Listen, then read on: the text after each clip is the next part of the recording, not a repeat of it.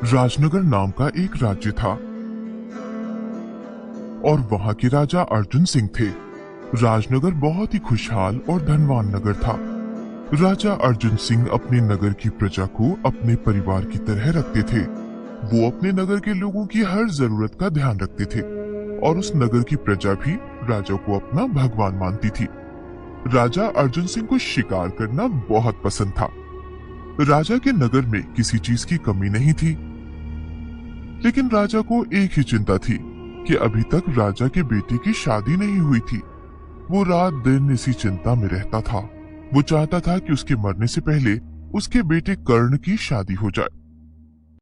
कर्ण को बहुत सी राजकुमारियां दिखाई, लेकिन उन राजकुमारियों में से युवराज कर्ण को कोई भी राजकुमारी पसंद नहीं आती थी।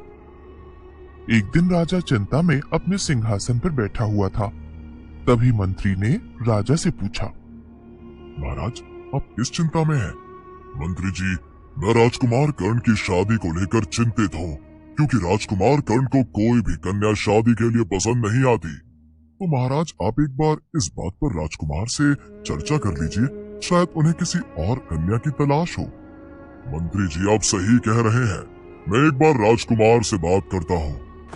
ऐसा कहकर राजा वहां से सीधा राजकुमार के कमरे में चला जाता है। राजकुमार कर्ण, मुझे आपसे आपकी शादी के बारे में बात करनी है। आप मुझे बताइए कि आपको कैसी लड़की चाहिए, क्योंकि आपको मैंने कितनी कन्याओं से मिलवाया है, लेकिन आपको उनमें से कोई भी कन्या पसंद नहीं आई है।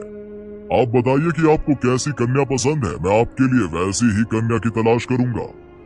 पिताजी, मुझे ऐसी लड़की पसंद है जिसे हमारी दौलत शोहरत से प्यार ना हो और ना ही इस महल से, और वो दिल की साफ होनी चाहिए, आपकी और माँ की सेवा कर सके और हमारी प्रजा को भी अपने परिवार जैसा माने। पिताजी, मैं ऐसी कन्या से विवाह करना चाहता हूँ। तब राजा मुस्कुराते हुए बोला, बेटा, ऐसी कन्या तो तुमको खुद ढूंढनी पड़ेगी, वो भी एक गरीब इंसान बनकर। राजकुमार को राजा का ये सुझाव बहुत अच्छा लगा। पिताजी, मैं कल सुबह ही ऐसी कन्या की तलाश में निकल जाऊंगा। राजकुमार सुबह जल्दी उठा और गरीबों के जैसी पोशाक पहनी और उनके जैसा भेष बनाकर कन्या की तलाश में महल से बाहर निकल गया। इस बीच राजकुमार को कई कन्याएं मिली, लेकिन उनमें से कोई भी कन्या पसंद नहीं आई। हर कन्या को अपने जीवन साथी को लेकर बड़े ख्वाब थे और ये सब राजकुमार को पसंद नहीं आ रहा था। ऐसे ही कुछ दिन बीत गए। राजकुमार के महल ना पहुंचने पर राजा बहुत चिंतित हो गए। उन्होंने राजकुमार की तलाश करने के लिए मंत्री से कहा कि सैनिक को भेजकर राजकुमार की तलाश करवाओ। सैनिक ने पूरे गांव में ढूंढा। तब एक सैनिक ने देखा कि राजकुमार एक पेड़ के नीचे थक हार के बैठा हुआ था। तभी वहां सैनिक आए और बोले, राजकुमार, आपको महाराज याद कर रहे हैं, उन्होंने हमें आपको ले जाने के लिए बोला है। नहीं, आप लोग जाओ, मैं अपने कार्य को पूरा करके ही महल में वापस आऊंगा। ये सुनकर सारे सैनिक वहां से वापस महल चले जाते हैं कि थोड़ी देर बाद राजकुमार के आगे से कुछ सिपाही और एक डोली जाती दिखाई देती है। राजकुमार ने तभी उनमें से एक सिपाही से पूछा, इस डोली में कौन है? रामगढ़ नगर की राजकुमारी राधा बैठी हुई है। राजकुमारी कहाँ जा रही हैं? पास ही में एक आश्रम में है, वहां पर गुरुजी के दर्शन करने जा रही हैं। ये बोल के वो सब वहां से चले गए। राजकुमार उस राजकुमारी को देखने के लिए बड़ा ही उतावला हो रहा था। राजकुमार ने उस राजकुमारी के डोली के पीछे पीछे चलना शुरू कर दिया और जब तक वो सब आश्रम नहीं पहुंचे तब तक राजकुमार भी उनके पीछे चलता रहा। जैसे ही राजकुमारी उस डोली में से उतरी तो राजकुमारी को देखकर राजकुमार हैरान हो गया और काफी समय तक राजकुमारी को प्यार भरी नजरों से देखता रहा। क्या यह राजकुमारी वैसी ही है जैसी कन्या से मैं शादी करना चाहता हूँ? तो राजकुमार ने सोचा कि मैं इस राजकुमारी के स्वभाव को जानने की कोशिश करता हूँ। फिर राजकुमार राजकुमारी के पास गया और बोला, मैं राजनगर का राजकुमार हूँ, क्या आप मुझसे शादी करेंगी? नहीं, मैं आपसे शादी नहीं कर सकती। राजकुमार को यह सुनकर बहुत अच्छा लगा।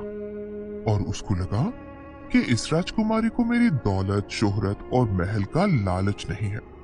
राजकुमार ने फिर उस राजकुमारी का पीछा किया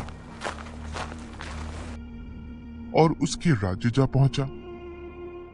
अब राजकुमार को उस राजकुमारी के स्वभाव के बारे में सब कुछ जानना था, तो राजकुमार ने राजकुमारी के नगर के लोगों से राजकुमारी के बारे में जानने की कोशिश की। तभी राजकुमार ने वहां के कुम्हार से राजकुमारी के बारे में पूछा। ये यहाँ की राजकुमारी का स्वभाव कैसा है? वो गरीब लोगों की मदद करती है? नहीं भाई, हमारी राजकुमारी देवी है। वो सारी प्रजा को अपने परिवार जैसा प्यार करती है और वो हर सुबह और शाम गरीबों में धन और अनाज बांटती है। ये सुनकर राजकुमार बहुत खुश हो जाता है। राजकुमार ने राजकुमारी से शादी करने का निश्चय कर लिया, लेकिन उसने सोचा कि राजकुमारी ने तो मुझसे शादी करने से मना कर दिया था। राजकुमार ने सोचा कि अब क्या करूं? फिर राजकुमार ने राजकुमारी के पिता से बात करने की सोची।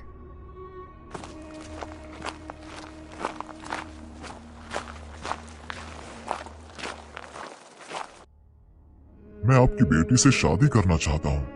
हमारी बेटी को अगर तुम पसंद आए तो हम शादी के लिए राजी हो जाएंगे।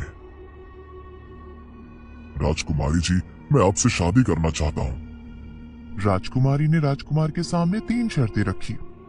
पहली शर्त, आपको मुझे तीरंदाजी में हराना होगा। ठीक है, मुझे ये शर्त मंजूर है। राजकुमार ने राजकुमारी को तीरंदाजी में हरा दिया। फिर राजकुमारी ने राजकुमार के सामने दूसरी शर्त रखी। आपको अगर मुझसे शादी करनी है तो आपको प्रजा में से किसी एक इंसान की हत्या करनी होगी। क्या? ये आप क्या बोल रही हो?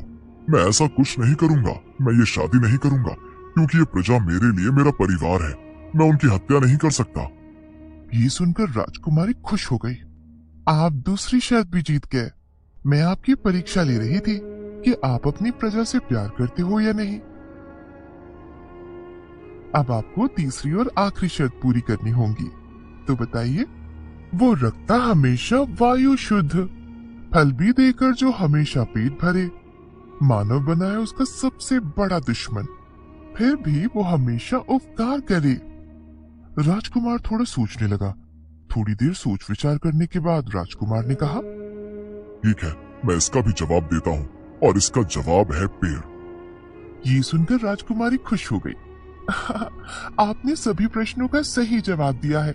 अब मैं आपसे शादी के लिए राजी हूँ।